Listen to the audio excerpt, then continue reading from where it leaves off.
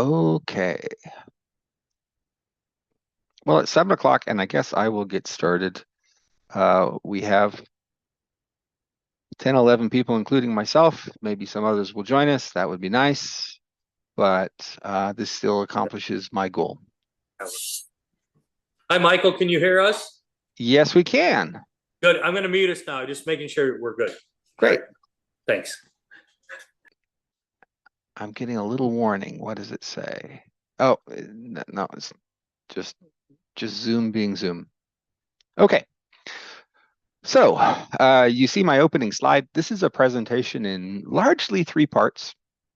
Those three parts are, and not exactly in presentation order, they're about generators and inverters, connecting them to the house, and then air conditioners. And the point is the title is how to have a strategy for home backup power that's affordable. And affordable is an operative phrase there. So we're 1 minute in. Yeah, just we'll begin. So in three parts. And the first part is figuring out who I am. Some of you know me, some of you don't. Hey, Greg Roche. My name is Michael Graves. I've been a resident here in Woodland Heights for 26 years. At the moment, I'm president of the Civic Association, and I've been a lifelong geek, techie, nerd, whatever you want to call it. I am not by any measure an expert, but I am reasonably handy, and I believe heavily in learning by doing, and then having done something and learned the hard way, sharing that experience, which led me to blogging about almost 20 years ago, a lifelong blogger. And I hate plumbing. It's about the one thing I really don't do. I'm just no good at it. I'd rather hire a plumber. But anything electrical, I'm pretty good at. And just to frame it up a little bit, I come from Canada originally. My family owned a lumber yard and a construction company and a laundromat. And so when I turned 13, I was told there's no more allowance. You will go work at one of the family businesses. And they trained me to fix industrial laundry equipment. And then I ended up working on vehicles and rewiring houses that had fires and things like that. And so um, I was pretty handy with electrical stuff. My brother, on the other hand, was very mechanical, and he went on to be a Mr. Goodwrench. So that's that. Um, and now some basics because I don't want to get myself in trouble. Um, Safety is really important. You should never use a generator indoors. You should never use a portable generator near a window or a door that can open. You should always point the exhaust from your generator away from the building and make sure you only connect things when everything's turned off. And it's never a good idea to refuel a running generator, presuming it runs on gasoline. Electricity is dangerous.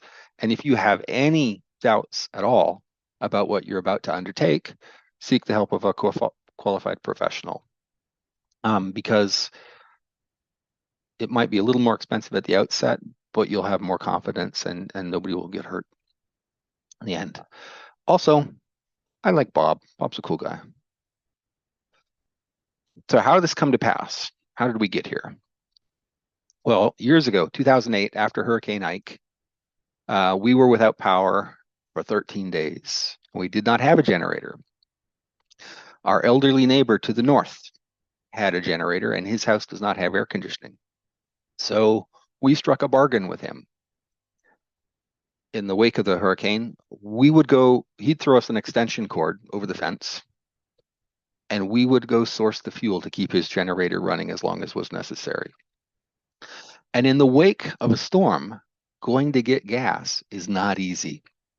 So that became a bit of a mission, and we went almost 2 weeks on one 15-amp circuit. It's one sort of medium-duty extension cord. And so what we were able to do is we were able to run a fridge, a few lights, some fans, TV. In the end, a small little window AC unit. We'll come back to that in a minute. And actually, that picture I have there is a shot looking down Houston Avenue near Woodland Park towards White Oak Drive, where there is about 14 feet of water. If you look way down there in the intersection, it's about 14 feet of water where the lights are. There was actually a submerged tractor trailer under that water line. So 13 days without power. What happened? Well, that gave us a lot of time to sit and think about things. And the first order of business walking around our almost dark house was figuring out how much power we actually need. And this is kind of your first order of business as well, is you need to do an electrical inventory. And so make a list of all the things in your house that need electricity and how much power they use. And most things are pretty good. You can actually go to the sticker on it and say, look at it and say, oh, well, this lamp needs 20 watts or 30 watts. This microwave needs 1500 watts, dishwasher 1200 watts. You make a list. And this has two functions. One is it's to give you some sense of what size of a generator you might need, but it also, and more importantly, informs you about what everything requires so that you can then make some intelligent decisions about, given a generator of limited size, I can run this and that, but not all five of these other things at the same time, because that's really going to be a factor. Like for our case right now, we have a really good solution, but we can't have the air conditioner running and be doing laundry and run the dishwasher and run the microwave and make coffee at the same time. The generator just won't cope with all of that. So you make some choices. You don't run the dishwasher till later in the night. Something like that. It's all kind of practical. Anyhow, and to establish context, our house is a 1,600 square foot craftsman cottage with mostly gas appliances. So a gas oven and range, gas water heater. And that becomes useful because they don't need electricity generally.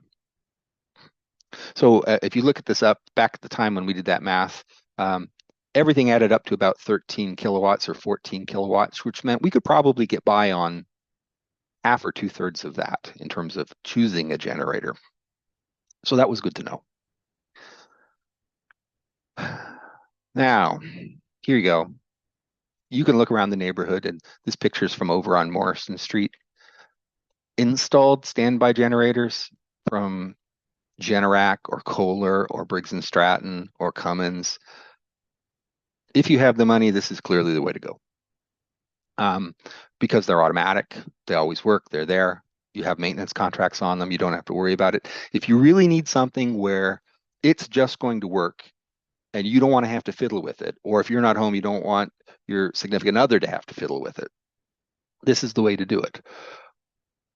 But the reality is, it's going to cost you 15 to 20 grand, maybe more, depending upon how big you need them.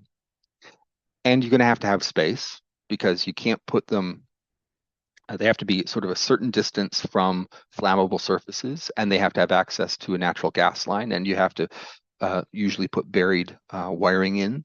So there's some costs involved.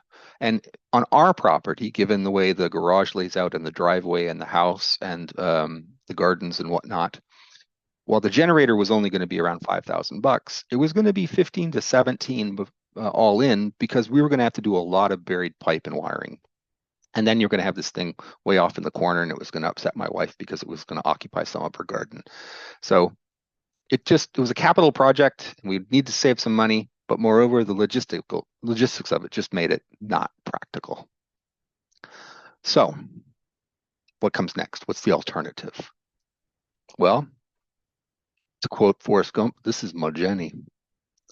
And this was a generator that we had at the time, or just after Hurricane Ike. And we actually bought it from a neighbor. We bought a used generator from a neighbor. I saw an offer on Nextdoor, and I bought it without thinking about it. I didn't have a plan. It was just an impulse buy. I tinkered with it for a little, figured out how to start it, looked at all the connectors, saw what it could do. And then I put it away in the garage, and I forgot about it for a long time. And that was kind of maybe not the smartest thing, but I didn't have a plan. I just thought I should have this in my back pocket. And then comes Winter Storm Uri in 2021. And this is probably 3 or 4 years later. And that's our living room, where we were really grateful for the fireplace because it kept the living room warm. And we did have some lights on, as you could see. Jenny finally got to work. And because we really hadn't come up with a plan, we were just using extension cords and outlet strips run into the house to power those things that needed to be powered. And that means you can power anything you can plug in. So Lamps, no problem. Computer, no problem. A space heater, no problem, but we'll come back to that in a bit. What it means is you can't power anything that's permanently wired in. So let's say you did a renovation and you have a built-in fridge. You can't power that conveniently because you can't get to a plug to be able to plug it in. Or like hanging lights, like chandeliers or built-in lights. In our case, the central air conditioner, nope, couldn't do it. And what was really disappointing is we had a brand new high efficiency gas furnace that we could not run from the generator, even though it really only needed power for the blower, and that would have heated the entire home very efficiently. So we were, in fact, for a couple of reasons, we were forced to use a couple of space heaters, which is just a very inefficient way to heat space. And there's a good little tip there. In the cold, a cat door is a good way to run extension cords in and out of the house without letting all the cold in. So post Uri, we came up with a plan. We had to do better. We had to think ahead. We had to prepare. The plan was we're going to replace the ancient breaker box that was on the outside of our house with a brand new one. We were due for that anyway. Our insurance company thought it was a good idea. So that's what the electrician is doing there. He's working on the new breaker panel. And a 200 amp breaker panel is the standard these days, whereas when these houses were built, or maybe in the 50s or in the 70s when they were upgraded, a 60 amp breaker panel was standard and maybe 100 amp, but 200 amp is the smallest they do anymore. Then we added what's called a generator inlet and a mechanical interlock, which is a way to connect to a power source. And then we upgraded our generator to a 9 kilowatt inverter. And all in, we're up for about $4,000, maybe $4,500. If you don't have to do the breaker panel, it's much cheaper, but it's still a whole lot cheaper than the Generac was going to be. So now we get into examining the bits. This is a generator inlet. It is alongside our driveway. It is the thing that you use to connect your generator to the breaker panel. It requires your generator to be capable of 240 volts. Really small ones aren't. And by having one of these, what it means is no more extension cords. You no longer have to jury rig power from the generator outside the house to things that need power inside the house. You are able to power all the built-in lights and appliances up to the limit of your generator. Of course, it's not an automatic switch over like it would be with a Generac. It's something where you have to roll the generator out, connect everything up, and then we'll go through that in a minute. They come in 30 amp and 50 amp versions. It happens that our generator was the old one and the new one supported a 30 amp connector, so that's what I've got.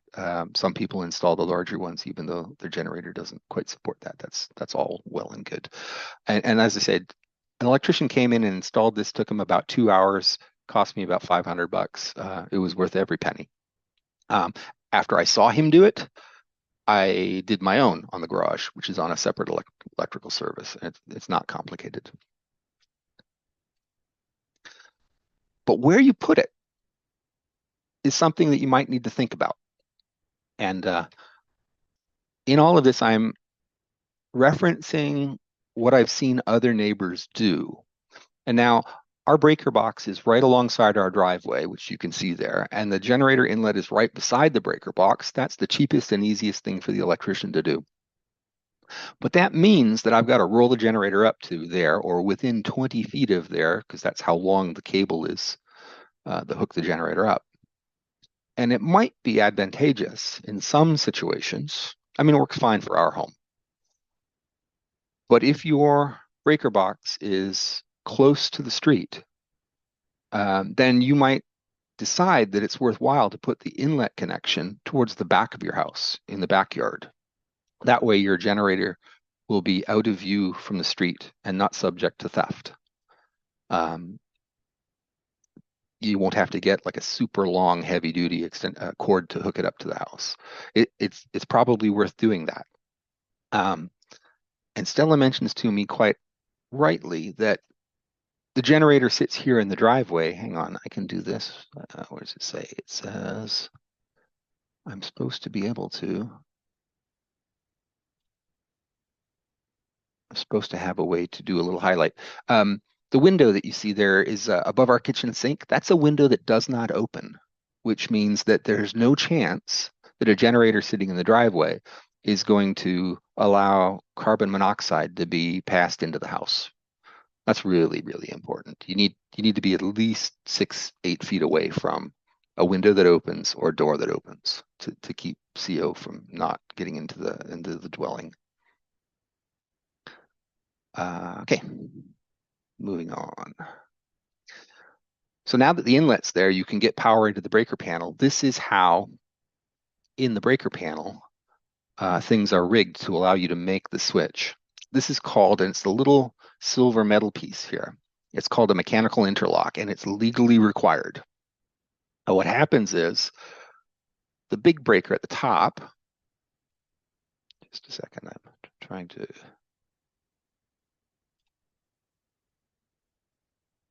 no, it's fine. The big breaker at the top is the main breaker. So with this little interlock installed, you have to turn that off. So you have to physically disconnect from center point power to be able to turn on the breaker that connects to the generator. And in that way, you can never have a connection between center point and your generator. You don't want to backfeed your power up to the pole because that's danger to a lineman who might be working on the pole. And you really want to protect those guys. They're working in our best interests. So legally, this has to be done. This is about a $50 or $60 little part. You can do it yourself. I have done. But the electrician who put in my inlet also did the interlock at the same time. So that was handy. So now we've got a way to connect to the house. We've got a way to switch between the generator and center point power. It's all good. But what if your house is not like our house? And we have a neighbor down the street who has a little old breaker panel and it's chock full. There's no room to install a generator breaker. And there's also, because of this, the house is small, there's really no place for her to put a larger breaker panel. So she's kind of in a pinch. This is a thing called a Generlink, which is maybe an option in such a circumstance. It's this collar that goes between the meter and the meter base, and it adds the connection for the generator there. It's more expensive than the mechanical interlock, but it's cheaper than doing a major rewiring and adding a new breaker panel. And you don't need to change your breaker panel, and you don't need to change your meter. It installs really quickly and easily. So it's an option in some cases. And one of the things, in case I haven't said this to this point, there are some options. This is not a recipe. It's not like a do this, do that, do the other. Every house is different. Every family is different. Your mileage may vary, as they say. So having hooked up now and being able to run on the generator, I needed to add some instrumentation. Most people don't do this. Some people do. Peter Drucker, a famous business consultant, once said, "You can't manage what you can't measure." It's not actually clear that he actually said that, but it's a sort of famously attributed to him. What I will say is knowing is better than guessing. And so I installed a cheap Wi-Fi enabled current sensor in our breaker panel that lets me read exactly how much power our house is using, whether it's on the generator or not, or on center point, on an app on my smartphone. Actually, there's multiple different ways you can read it, but that's actually what we see. And what you're actually seeing on the smartphone here is it says, okay, there's always two phases of power. It's a phase and a B phase. And in this case, we're running, in this example, we're drawing about almost 1,000 watts on each phase. So that's 2,000 watts draw on the generator. And that can be expressed either as watts or as current in amps. You can't quite see that on the phone. But what I wanted to do was to show you what this actually looks like in real, or for real.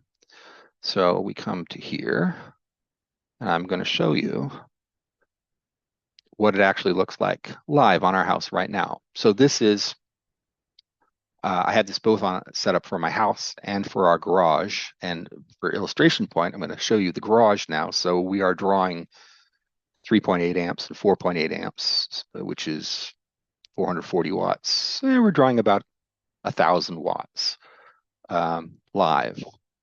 However, if I do this, and what I just did that you can't see is I turned on a space heater.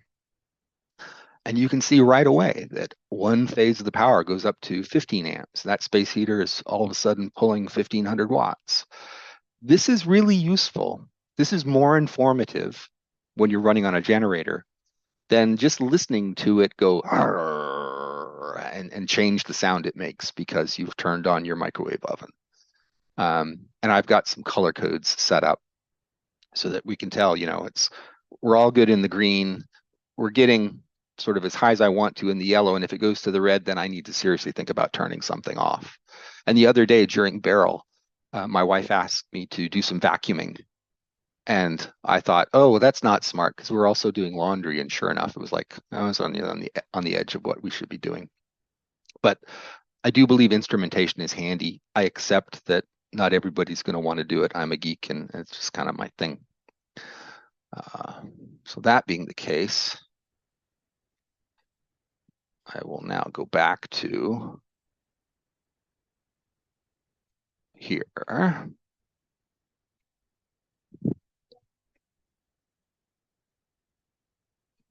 Okay. So we've now considered the breaker panel, how we connect to the generator. Now let's talk about generators themselves. Couple of things. Part one about generators. They are mechanical devices. They are Rube Goldberg gadgets of crazy complexity. They come in all different sizes, but because we are considering power for the whole house and hopefully including the air conditioner, we should really be considering 8 kilowatts or bigger. Here's something I didn't realize until relatively recently. The engine in a generator always runs at 3,600 RPMs, and that's necessary in order for them to deliver 60 hertz, and everything in your house demands 60 hertz in order to work. And so when you hear a normal generator throttle as it's responding to loads, what's actually happening is it's varying the throttle only to sustain 3,600 RPM. And basically, this kind of generator, they're always running essentially flat out because they got to be at 3,600 RPM to maintain 60 hertz, and otherwise things just go awry. And so as you power things up, they react to that. They use a little bit more gas because they're trying to sustain that speed. And of course, some of them can be very loud.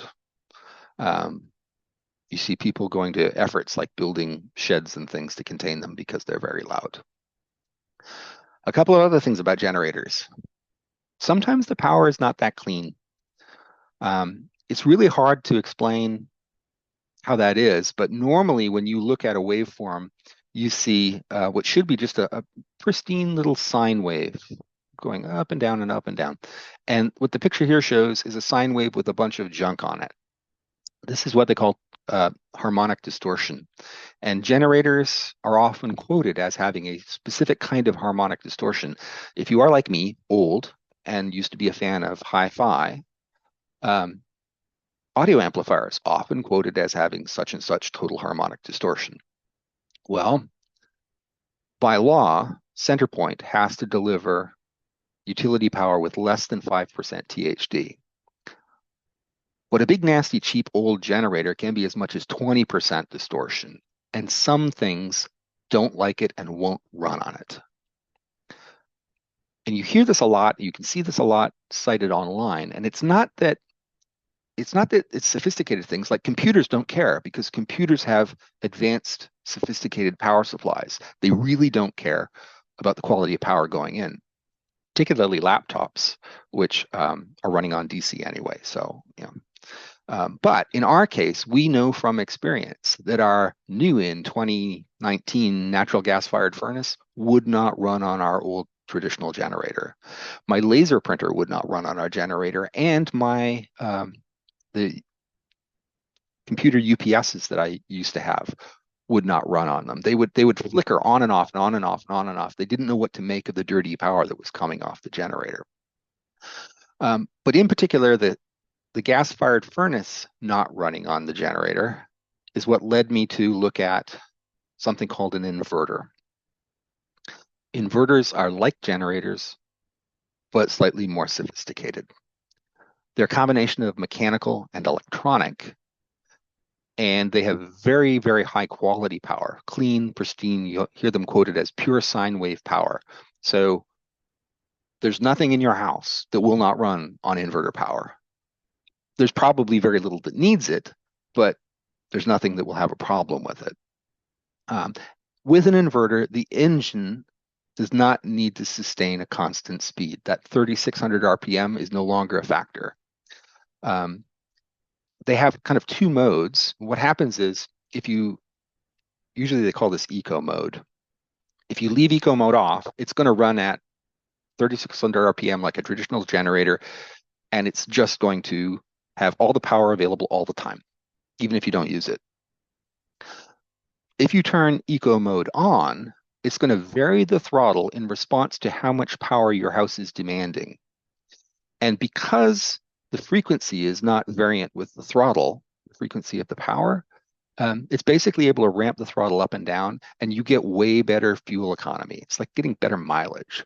Our inverter has more power than our old generator, but it burns about half the gas. We were burning during Beryl the other week. We were burning about 6 gallons every 24 hours. And that's running the air conditioner and everything. And it's just because it's constantly varying and throttling up and down to address demand. That said, there are two kinds of inverters. There's what's called open frame and closed frame. And the fundamental difference is, while both inverters, both type are quieter than traditional generators, open frame are a bit noisier, but still quieter than an old generator. Closed frame ones, like the one pictured below here, are very quiet, dramatically quieter than a traditional generator. They often are you hear them called super quiet by the manufacturers. Now, generally, inverters have been available for a long time, but they've been quite small because the high-powered electronics that's required to deliver the power, the transistors involved, the switching circuitry have evolved over time. They've gotten better. And so it used to be that you had little ones that were a little bit bigger than a lunchbox, and people would take them camping or they'd use them on RVs and that kind of thing. But over time, they've gotten bigger. In 2020, 9 kilowatt models like our Predator came out, and they were all of a sudden widely adopted for backup power at houses and larger RVs and food trucks and things like that. In 2023, 16 kilowatt models were introduced. They're bigger, they're heavier, they're amazing, but they're also more expensive. And that's the bottom line with these things. Inverters cost about twice what a comparable generator costs. So, a 9 kilowatt inverter costs about twice what a 9 kilowatt generator is going to cost, but it's going to get better fuel economy. It's got cleaner power, and it's going to be quieter. So now we understand generators, we understand inverters. What comes next? Oh yeah, some useful features. Regardless of whether you pick a traditional generator or an inverter, these are things you must consider. You need 240 volt power if you're connecting directly to the house. There's just no way around it. That's what you need. And that means you're going to be picking a larger model, probably 5,000 watts or even 8,000 watts or more. You probably want electric start. And there's a little story here. Because of my old generator during Uri, the battery was flat. I'd left it in the garage for like 3 years without touching it. So I was pull start. You can tear a rotator cuff trying to pull start an old generator on a very cold day. So you really want electric start. And I actually ended up rolling the generator out to my truck and boosting it off my truck's battery so that I could start it when Uri hit. Which, okay, got me going. And the other thing is, you probably want a carbon monoxide auto shut off. This is becoming more and more common, and it's just a really good idea. It's a sensor on the generator that senses if carbon monoxide is pooling around the area and will shut it off rather than somebody getting hurt. So the food truck people, who oftentimes are using inverters and generators to power their food trucks, sometimes find that they have a problem with this because they have their equipment located in such a way that they might get some carbon monoxide pooling around it just naturally, just because it's shoved into a corner, sort of at the corner of their food truck. And they sometimes have to defeat them. But for most people in a residential setting, it's a really good idea. Lastly, fuel options. These things can come in various different ways. Most simply, they're going to run on gasoline, but you can get them to run on gas, propane, and or natural gas. And some are dual fuel or tri-fuel switchable. This GenMax one I'm particularly enamored with because it can run all three different kinds of fuel. And this is really useful because after a storm, gas can be hard to find. And also running to get gas continuously is a bit of a pain, and gas is dangerous to store. So I think if I were to have to do this again, I might actually have a natural gas nipple installed as if I was putting in a barbecue in the backyard and be able to run a natural gas hose over to a generator that was capable of using that. That way you'd be able to start it up and you wouldn't have to run for gas. You could just run it for days at a time, barring having to stop to change the oil.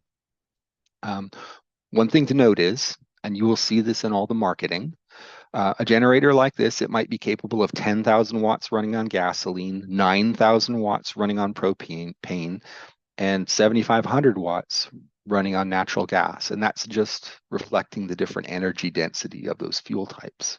So if you decide, well, yeah, I want to get this generator, but I'm going to run it on natural gas, just make sure that it has the wattage that you need when it's running on that fuel type. Yeah. I would do natural gas in the next go round if I had to do it again. Now, final stop, air conditioners. Sorry, this is a bit of a long-winded one, but we're still only at 30 minutes, so it's not too bad. Air conditioners come in kind of several types, but what I'm concerned with are traditional air conditioners that are single-stage ones or two-stage ones versus high-efficiency variable speed air conditioners. And here's where we go back to our story a little bit. In 2021, we needed a new air conditioner. We wanted a backup power solution. And I had 15 grand to spend, which I could have bought a Generac, but I needed a new air conditioner. So what I decided to do was to buy a more expensive variable speed air conditioner that would keep our home comfortable and maybe save us a little on our electric bill, specifically because it's easier for the generator to run. So here is the badge from the side of our old generator. And I'm going to go through a little bit of techie stuff here. I'm sorry if this is a little geeky, but these things are rated for what's called, let's see, what do they call it? Locked rotor amps. I've got it highlighted in red there. It says 107 amps locked rotor amps. That is the amount of current that it needs in order to start the fans and the compressor. So that's the power that it's drawing when that thing goes wham and starts up. And all of these single and dual stage units, they do that. They make a real thump when they start. Well, 107 amps is 25,000 watts. That is way beyond the scope of a portable generator. And so without some serious magic, there's no way a generator is going to run that, or you get a big Generac or Cummins or what have you. So when we upgraded to our new air conditioner, we got a very high efficiency one from the same manufacturer. And lo and behold, it has a locked rotor amp rating of 12 amps. That's 2,800 watts. That's less than a quarter of what our generator is capable of. This means it's a very easy load for the generator to run our air conditioner these days. Now, it was more expensive than a single stage unit would have been. It's probably 40% more expensive, but we're saving a lot of money on our electric bills and we can run it off our little backup generator. So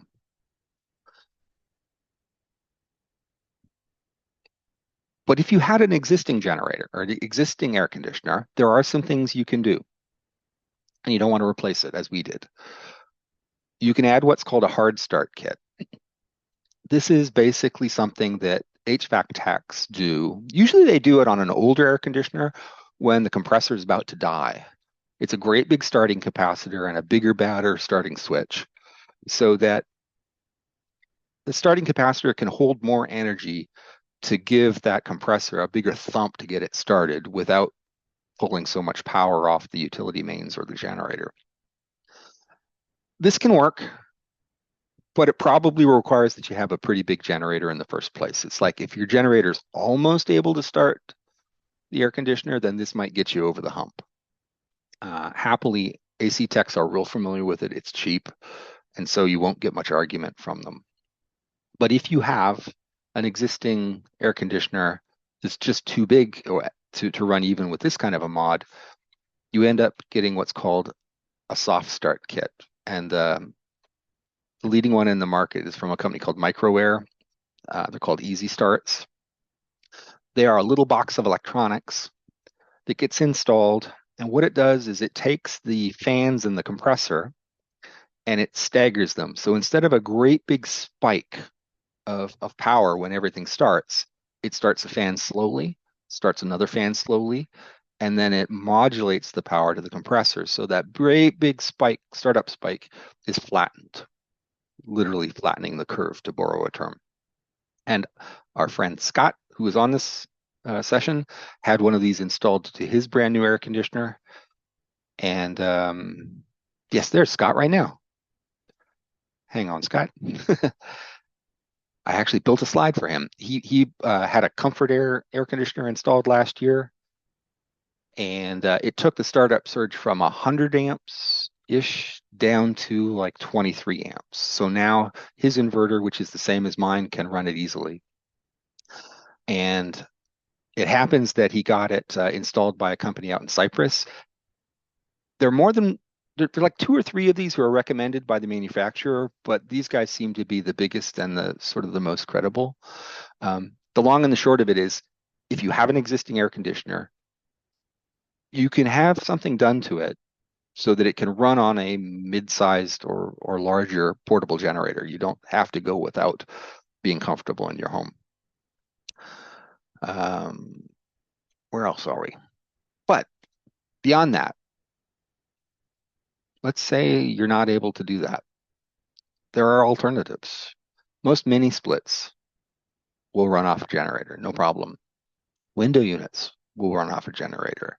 And there's even a newer generation of window units from Medea and GE Profile that are themselves very high efficiency. And so you can get a 12K window unit, pop it into your bedroom and no problem, and run that even on a modest generator. Now, it's not going to cool your whole house, but it's going to be buying that little window unit is going to be cheaper than the soft start kit and getting all that done. And you'll still be able to, have a cool bedroom for sleeping. And this is in fact what we did in after Ike. We had an elderly dog who was suffering the heat as it got warmer, and we put a window unit in our bedroom just to chill the bedroom down for sleeping. Now, I debate about this, but I'm going to do it. I see a lot of people talking about batteries, and it doesn't matter whether it's a Tesla. Oh, there's Scott. Scott's got his. We'll come back to that in a QA session, Scott. We have some neighbors who have a couple of Tesla Powerwalls and a Tesla solar install, and they were grumpy the other day because, you know what? They weren't able to use their air conditioner all day long. And the reality is that there are these big battery systems that say they are capable of whole house backup power. And this is why I'm picking on EcoFlow, because their marketing is pretty egregious. They say they can do whole house backup power, 240 volts, 6 kilowatts of power, should be able to run your whole house, including your air conditioner, blah, blah, blah. Okay, well, the starting size of that unit is 6 kilowatt hours for $5,000. So you've already spent more than my entire installation. Then to add another 6 kilowatt hours, $2,400 each. So to get their maximum system, $48,000. Now that gets you something that looks like that. And it's cool, but in reality, it's not going to do probably what you want, because we know from the metering that I showed you earlier that our house, like on a day like today, when it wasn't very hot, we use about 20 kilowatt hours. So 20 kilowatt hours means that that whole $48,000 stack of batteries would last us 2 days. But in the summertime, we know our house uses about 90 kilowatt hours. And that means that that $48,000 stack of batteries would be done after the first day of Beryl. So after a major storm, we may need backup power for multiple days. And on that basis, I kind of think of batteries as more like a UPS than a real long-term backup solution. And if you go back to things like Ike, 13 days without power, well, I hope you have a whole lot of solar cells and a very well insulated house, because otherwise your battery installation is probably not going to see you through particularly well. Then there are some online resources. I will just go past this as we're maybe running a little bit on the long side. And now we get to questions and answers. And let me get the meeting back up and stop my sharing. And I will unmute people and we can go about this. How do I do that? Egad. Blah, blah, blah, blah, blah. I think each person can unmute themselves. Yeah, everybody can unmute themselves. That's fine. Everybody can turn on their cameras if they want to. I'm just trying to make sure the sharing is off. I see Scott. Is the sharing off? I could see all the other participants, but I can't. Oh, there. I see Nancy Christofferson now. Yeah, okay. I just turned it on. So that is a bit of a core dump, but it's sort of everything we've learned in about 3 years worth of research and experimentation and purchasing things. And Scott, you can see there, he has his MicroStart soft start kit installed on the outside of his air conditioner. And so what was the experience like? I mean, before and after you got that?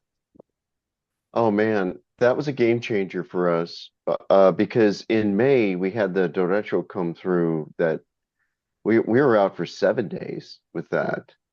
And I had the 9,000 watt Predator inverter generator, and it was able to run the fan for our central AC, but it would not start the outdoor compressor. We did not have the soft start yet.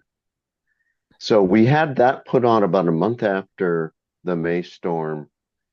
Airstar Now was the contractor. They're an HVAC company out there on 290, and they did a great job. They came out, they put the whole thing on. It took about an hour. It was raining that morning. A guy stood out in the rain and did it anyway. And right away, they have an app that they let you download, which you kind of have to be standing right next to your AC unit, but it allows you to see how many starting amps you're drawing after the install. And it keeps learning as it goes, so it gets more and more efficient. But right away, it dropped it to 30 something amps from over 100. And so the Predator now can start that without any issues. You know, maybe it ramps up just a little bit, but it was so great during this past storm with Beryl to be able to run the AC, and I think it made a big difference for my wife too.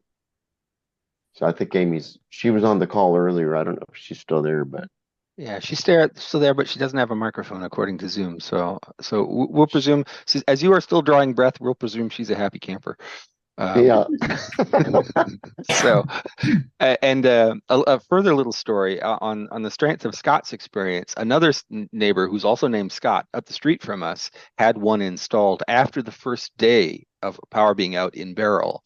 He had a larger air conditioner, and he has a very similar generator to the one that Scott and I both have. His situation is slightly different though, because his house has all electric appliances in the kitchen.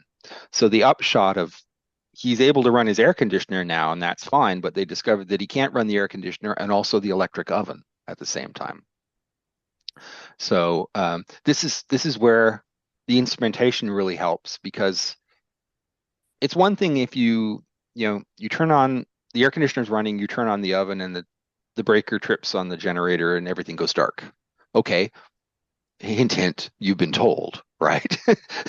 But you have to go about resetting everything, and usually nothing is damaged. It's just a question of the breaker trip to protect the generator. Whereas if you have a little bit of an ability to measure what's going on, now you can know. You can see as things are getting, as you're doing things, as I turn on the coffee maker. A coffee maker draws 1500 watts. That's a fair amount of power on a modest generator that's already running the rest of your house. So you can kind of see, and it's just nice to be able to see and know and get a sense for how things are working versus waiting for everything to go dark. How hard was Question that for for you. you? I'm sorry. No, go ahead. I'm sorry. No, it's just a couple generic questions. The cords that you use to plug in to I'm totally inept at anything, so forgive me for even trying to remember what you call everything. But to plug in your generator, that's so the little box that's hooked up to your Yeah. is that just like a standard, or are there multiple links of those? Like, if I'm just trying to think through to get Okay. it far enough from my house to be safe, what are those standard links of those cords? Okay. They are cords specifically built for connecting a generator to something, and they come in two. Let's call them gauges. That's the technical term. If you have a very like my generator has a 30 amp connector, so it has a particular size of wire that's necessary to safely carry the current. The standard length on those is about 20 or 24 feet. Okay. You can get longer ones. It's not uncommon for them to get up to like 50 feet. I will say they're heavy and they're a bit awkward. And so um, if it's something where you're installing it on your house, there might be some wisdom in having the inlet, the connector for your house, installed at a point on the house where you might find it more convenient than having a long cord you have to deal with. Mm-hmm. I will say there's a neighbor one block over whose inlet was installed near his breaker panel, which is at the very front corner of his house. And his house is actually on a street corner. So that makes his inlet just at a terribly awkward place, because you don't want to have your generator sitting out there like on the street corner kind of thing. And so he had to sort of special order a much longer cable that cost him about $350. And it weighs about 150 pounds. It's heavy. And that way, he can now put his generator in his backyard behind a fence, but the cable runs along the house up to where the inlet is. That seems awkward, and I would have preferred, for me, to have the electrician install the inlet at a place where you want it. Bite the bullet on that cost, which is a little bit higher, rather than having to deal with a great long custom cable all the time. So also, if your house is bigger and you're getting a bigger generator, you'll probably end up with a 50 amp cable, which is literally the same size and type of connector that's used for an electric dryer or an electric oven. Those are very heavy, and to get a big long one of those would be even more awkward. So, Michael? Yes, sir.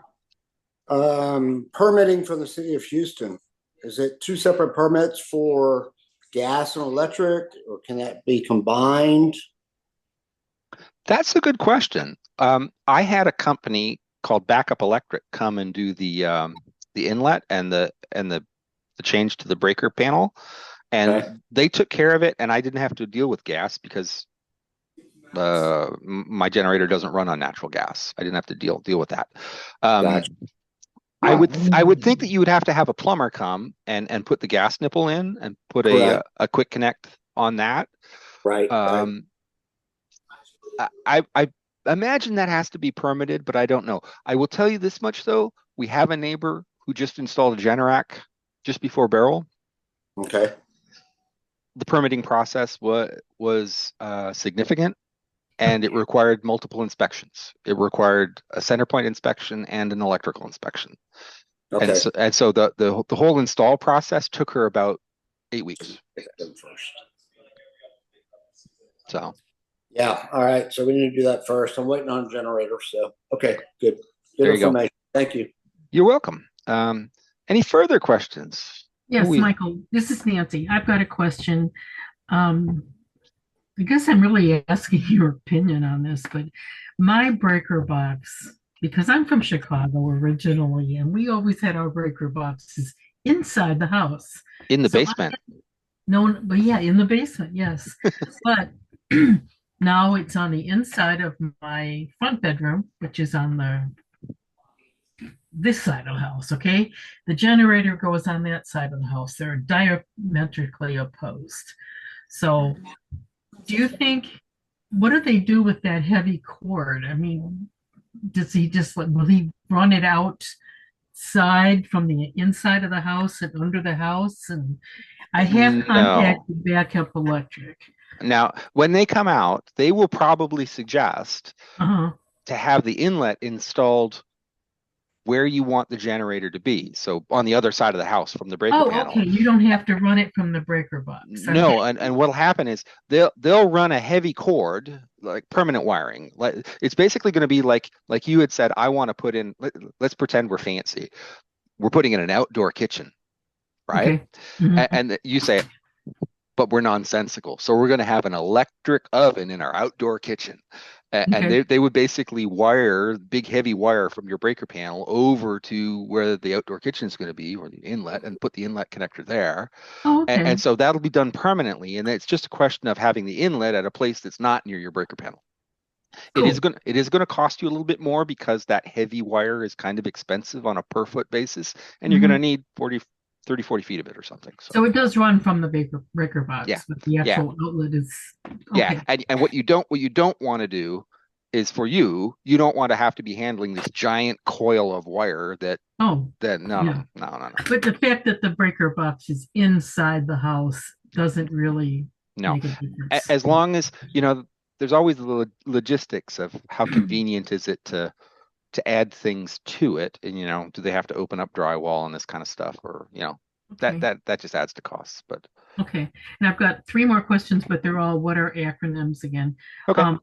Well, sort of. How do you find out a generator or an inverter's THD is? That's a good question. Oftentimes it'll be specified. You can just find out. If it's an inverter, don't even ask. It's going to be low, because that's what inverters are all about. But for example, I know Scott has direct experience of a Westinghouse generator where the THD is not bad. The ones, if it's a traditional generator, not an inverter, the ones that have higher quality power oftentimes will say that in their marketing. And so sometimes you might have to ask the people selling you if it's not stated to say. Okay. Okay. I was really wanting to get an inverter, but I decided hopefully I wouldn't be using it that often. So I have ordered a Westinghouse, a kind of a big generator, probably really more than I need, but I just feel more comfortable. A regular generator. Here's the thing. This is kind of weird, but we're mostly neighbors here. If you get the inlet installed, we can run over to you with one of these inverters and see if it's adequate, and bring it up in your house and see if it works. I mean, I don't know. You have the opportunity to do a little experiment, I guess is what I'm saying. Okay. Because it's like when Scott and I were dealing with things earlier, I ran over and took some tools over and we measured a few things, and because we're learning, right? We're sharing our experiences and all of that. And so I'm not saying, don't not order the big Westinghouse, but if you have some concerns with this or that thing run it, well, maybe there's one available we can give a try. On the other hand, the inverters are more expensive, so I know. cost is a factor, right? Yeah, that's what I was thinking. So It's like, Nancy, can I offer something on the Westinghouse? oh, please do. We ordered a 13K Westinghouse right after derecho because we have a garage apartment that we thought, well, we'd like to be able to power that as well, and it's on its own meter. Mhm. Unfortunately, I've found that the Westinghouse, although it runs fantastic, it will not run our AC even with the micro air easy start. And I've been considering having the easy start installer come and just take a look at it because I guess I'm thinking that it does have too much harmonic distortion because the air conditioning system comes on, it flickers on for about 3 or 4 seconds, and then it just shuts off. So I'm not sure what the issue is, but I know it's not an inverter generator, and for whatever reason, it's not able to run. It's not able to even run the fan from the central AC, do you which know is what that something. might be? Yeah. That might be something. Sorry, I didn't want to get all into the weeds in the slides, but Sorry. but there's this thing that they call a bonded neutral, which is it has to do with how the neutral line is handled versus the ground, and some things don't like the ground and the neutral to be bonded, and so it really requires somebody who's sort of more into the nuts and bolts of it than I to explain it properly. But that's a reason why some things won't run on even a big bad generator. It's not the THD, it's the fact that the neutral's not being handled appropriately. Yeah, well, thank you guys. This has been just the greatest experience. I'm a totally normal guy. I can't believe that I'm here. My mom's a huge fan of you. I want to say thank you. On the iPad, we're not really hearing you very well, but Did you want to say something? No, we didn't have a question. Thank you. okay. Sorry, mute them. So did you have anything more, Nancy? Well, two quickies. And I think this is probably going to be pretty easy. The LRA designation on an AC unit, would that just be on the tag on it or whatever it is? Yeah, it's literally on the side of the condenser outside. It's got all the specs. If you look up the model at the manufacturer's website, it's quite off. It'll be quoted there too. But Oh, it's that's good. it's easy enough to just go outside and look at the thing. And then you mentioned when you were talking about the battery powered generators, you mentioned something about UPS. Well, you meant UPS. Well, no, universal power supplies. Hang on. Thank you. They're called uninterruptible power supplies. In the computer world, you can't see mine, but there's one right down there in my rack. All the things in my office here, in the bottom of it's a little.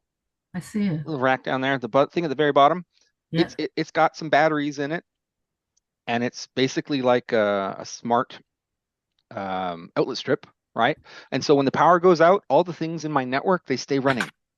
And it keeps it running for like 30 minutes just on the batteries because, or like my wife worked at Channel 11, they would have UPSs, the uninterruptible power supplies that powered all the important equipment. And when center point power goes down, that sustains everything until the giant generator outside the building comes up because it takes it like 2 or 3 minutes to get started and stabilize. And right. So uninterruptible power supplies. If you have a traditional computer, like a desktop, not a laptop, they're still a nice idea. Laptops, because they have a battery, they basically have their own UPS. So. Thank you. Hey, Bill. I have a comments. First of all, you're kind of a badass to have a rack in your house. My wife wanted me to have. That's awesome. She said we need to have a server room. This is my garage apartment that serves as my home office. I've worked full-time from a home office since 1995. So that is wonderful. I have a couple of other comments. One thing was I have a power inlet and I have a Generac. I've been through several generations of this myself. I learned several things recently. One is carbon monoxide will flow through drywall, and there's a study from 2013 that proved it. My wife saw it on the news, and so you want to be really careful about following the manufacturer's instructions on how far your generator needs to be from your house. I was shocked when I heard that, but I did very brief research, and yeah, it's definitely true. Drywall is porous, right? Yeah, yeah. And I guess carbon monoxide molecules are probably really small, but I'm not a chemist, so physics. So at any rate, the other thing I wanted to kind of mention, and is beyond the scope of this talk, is maintenance, generator maintenance. I discovered, I've discovered that they need more maintenance than I thought. Oh, yeah, Um, like don't put my old Jenny in the garage for 3 years, never change the oil, never spin it up. And I was so lucky that the dribble of gas that was still in it didn't gum the carburetor. yeah, yeah, that was very so. And then there's gasoline stabilizers Yeah. is what topic. If I thought about getting a tri-fuel carburetor for I have a little Honda, uh, but I ended up just getting the whole house because of simplicity of operation. Basically, it's like I just wanted it to come on when I needed it. And the Generac needs a fair amount of maintenance too. Most people don't realize this. You're supposed to turn it off every 24 hours for 30 minutes to an hour to inspect it, check the oil, let it cool off, etc. I think the same is true for the portables. I think there's a certain period, but you're naturally going to turn it off when you put new fuel in, unless it's a Yeah. gas fire. And you got to change the oil like on regular intervals and clean the air filters and all this kind of stuff. Yes, you're right. It was sort of outside of scope, but at the same time, Yeah. do you know that there are several people in the neighborhood who had Generacs that came on in Beryl and never shut off? And it's because the automatic transfer switch component burned out. Oh my gosh. I And didn't. and it literally one guy had to have the fire department come and put out the flames that were on the coming out of his Generac because the ATS actually burned up. And now, for those of you who are listening, the auto ATS is the switching thing. It's a mechanical switch that switches you between utility power and the generator power. And in a Generac, it's inside the housing, and it's electrically controlled, and it caught fire. And so what happened was that switch was no longer working. It would not when center point power came back, it wouldn't transfer back to center point power. And so 3 or 4 days after power had been restored, he was still running on his Generac. And it turns out that at its core, it's still a mechanical transfer switch. You can open it up and there's a tool that comes with them. You can mechanically transfer back, but he didn't know. And he had to get a Generac guy out to help him, and then they had to do a major repair. Mine is separate. Mine's next to my meter, the ATS, and my Generac is 20 feet away. Okay. So I want to know what precipitated that failure mode so that I can avoid it. Well, apparently, it happened to 3 houses that are on the same circuit. So there's some conjecture that something that the lineman did in restoring power caused a problem. Oh, wow. Some spike or something. Huh. Yeah. Interesting. Wow, that is really interesting. Wow, Okay. we've been an hour, and I thank everybody for their patience and putting up with this and for the questions. And I will happily hang around and continue answering questions as long as anybody wants. But at the same time, if y'all got to go, I know it's been a while. So It was worth every Thank you, second. Michael. Thank you very much. thank you, Scott and Amy, for coming along. Thank you. Thank you very much. Thank Yes. you. I loved every minute of it. Thank you. It's very helpful. Okay, any further questions? Oh, if we wanted to download the slides, you recorded the thing. Does that mean anything? Yeah, give me a day, and I'll put the slides and the video up on my blog and distribute a link to everybody. Okay. Cool. Thanks again, Michael. You're quite welcome. Yes, thank you so much. Okay, any further Great questions? job. Do you need us to send you our email address or anything for sending the link to the slides? I think you can, although what I will do is I'm just going to put it all up on my blog and I will sort of tag that back to Nextdoor and Facebook Okay. where it was posted before so everybody has access.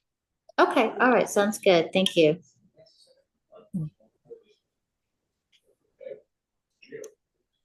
And click like and subscribe. Never mind. Thanks very much. All right, y'all. It seems that we're about done. Unless somebody has any further questions, I will call it a night. Thank you all for coming.